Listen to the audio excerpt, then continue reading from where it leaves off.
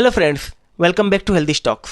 2024 के सितंबर महीने से मार्केट में गिरावट शुरू हो गई। इस गिरावट में लगभग सारे इंडाइसेस, लगभग सारे स्टॉक्स गिरे।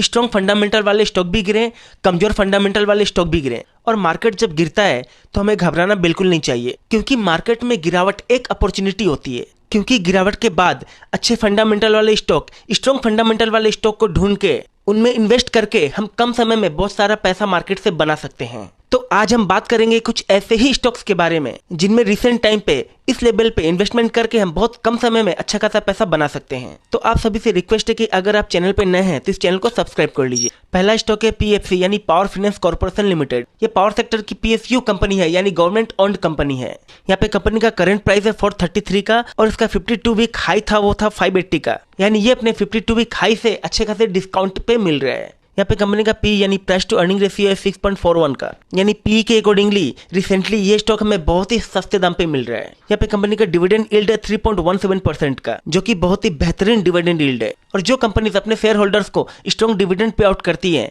तो ऐसी कंपनीज में इन्वेस्ट करना हमारे लिए फायदेमंद होता है। यहाँ पे कंपनी का आरओसी 9.85 का है, जो कि जरा सा अंडर परफॉर्म है। लेकिन कंपनी का आरओई यानी रिटर्न ऑन इक्विटी 21.3% का है, जो कि बहुत ही बेहतरीन है।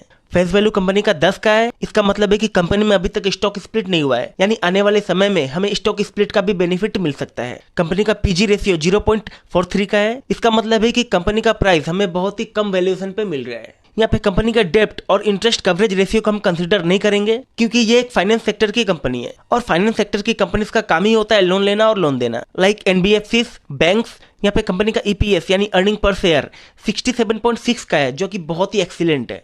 यहाँ पे PFC quarter on quarter continuously अपने रेवेन्यू में, अपने नेट प्रॉफिट में ग्रोथ करता हुआ चल रहा है, जो कि स्ट्रॉन्ग फंडामेंटल वाले स्टॉक की एक खास निशानी है।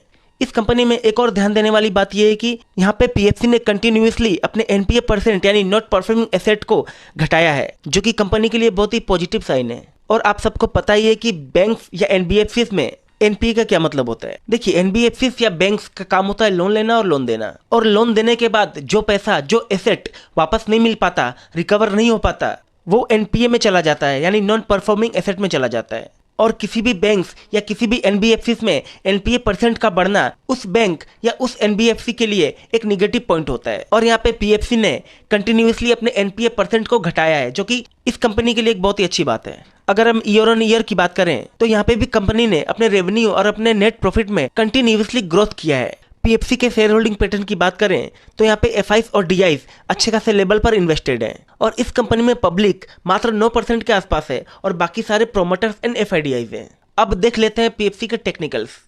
इस चार्ट पे हम देख पा रहे हैं कि 435 का लेवल इस स्टॉक के लिए एक इंपॉर्टेंट लेवल है, क्योंकि मैक्सिमम टाइम्स ये स्टॉक इस लेवल से डिक्लाइन हुआ है, फिर मैक्सिमम टाइम्स इस स्टॉक ने इस लेवल पे सपोर्ट लिया है, फिर वापस से ये स्टॉक इस लेवल से बहुत बार डिक्लाइन हुआ है, और रिसेंटली ये स्टॉक इस लेवल पे ही कंसोलिडेट कर रहा है।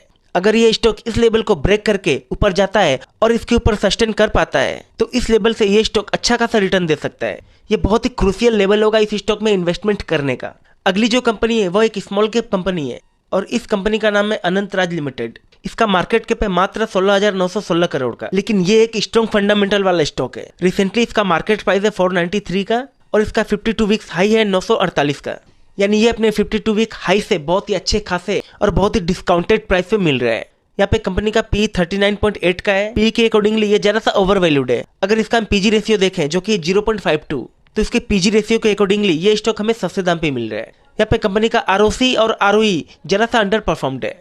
यहाँ पे कंपनी अपने शेयर होल्डर्स को डिविडेंड दे रही है, इसका मतलब है कि कंपनी प्रॉफिटेबल है, और प्रॉफिटेबल कंपनीज में इन्वेस्टमेंट करना हमारे लिए फायदेमंद होता है। यहाँ पे कंपनी का इंटरेस्ट कवरेज रेशियो 45.6 का है, जो कि एक्सीलेंट है, क्योंकि किसी भी कंपनी का इंटरेस्ट कवरेज रेशियो 3 के ऊपर होता है तो उसे हम अच्छा मानते हैं। तो इसके अकॉर्डिंगली यहाँ पे कंपनी का इंटरेस्ट कवरेज रेशियो बहुत ही बेहतरीन है। यहाँ पे कंपनी के ऊपर डेप्ट 482 करोड़ का तो दिख रहा है, लेकिन अगर हम डेप्ट टू इक्विटी देखें जो कि है 0.12, इसका मतलब है कि कंपनी के ऊपर डेप्ट ना के बराबर है। और जिन कंपनीज पे कर्ज डेप्ट नहीं होता है वो फ्यूचर में बहुत ही अच्छा परफॉर्म करती हैं, क्योंकि उनके प्रॉफिट का सारा पैसा कंपनी के ग्रोथ पे जाता है। 2025 के जनवरी महीने में अनंतराज का पी था 87.8 का, जो कि एडजस्ट होकर अभी 39 के आसपास आ गया है, और ये कंपनी के लिए बहुत ही अच्छी बात है। इसका मतलब है कि कंपनी का शेयर प्राइस उस समय महंगा था, अब सस्ता हो गया है। क्योंकि उस समय कंपनी का ईपीएस था 10 रुपए के आसपास और अब ये बढ़ के 12 के ऊपर चला गया है। और जब किसी कंपनी का ईपीएस बढ़ता है तो उस कंपनी का पी रेशियो कम होता है, मतलब उस कंपनी का वैल्यूएशन कम होता है। रिसेंटली इस कंपनी का Q4 का रिजल्ट आया था और इस क्वार्टर इस कंपनी ने अपने सेल्स और अपने नेट प्रॉफिट में क्वार्टर ऑन क्वार्टर और ईयर ऑन ईयर अच्छा खासा उछाल किया है। और इस क्वार्टर कंपनी के ईपीएस यानी अर्निंग पर शेयर में भी बढ़ोतरी हुई है। अगर हम इस कंपनी के एनुअल रिजल्ट की बात करें तो यहाँ पे हम देख पा रहे हैं कि कंपनी ने अपने सेल्स में और अपने नेट प्रॉफिट में क्या बेहतरीन ग्रोथ किया है।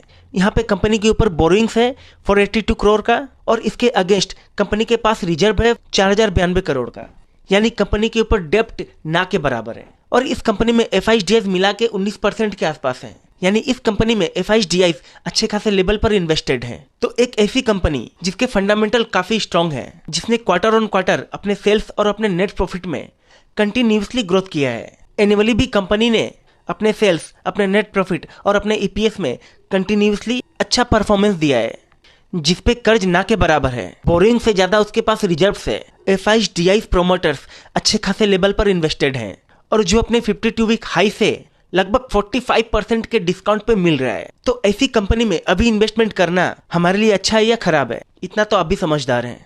और इन दोनों ही स्टॉक्स को जो बड़े एनालिस्ट हैं उन्होंने 100% बाइंग रेटिंग दी है, यानी अभी इन स्टॉक्स में इन्वेस्टमेंट करना हमारे लिए फायदेमंद होगा। वीडियो अच्छी लगी तो वीडियो को लाइक कर दीजिए और चैनल को प्लीज सब्सक्राइब जरूर कर लीजिए। तो ऐसी ही जानकारी के साथ मिलते हैं अगली वीडियो में।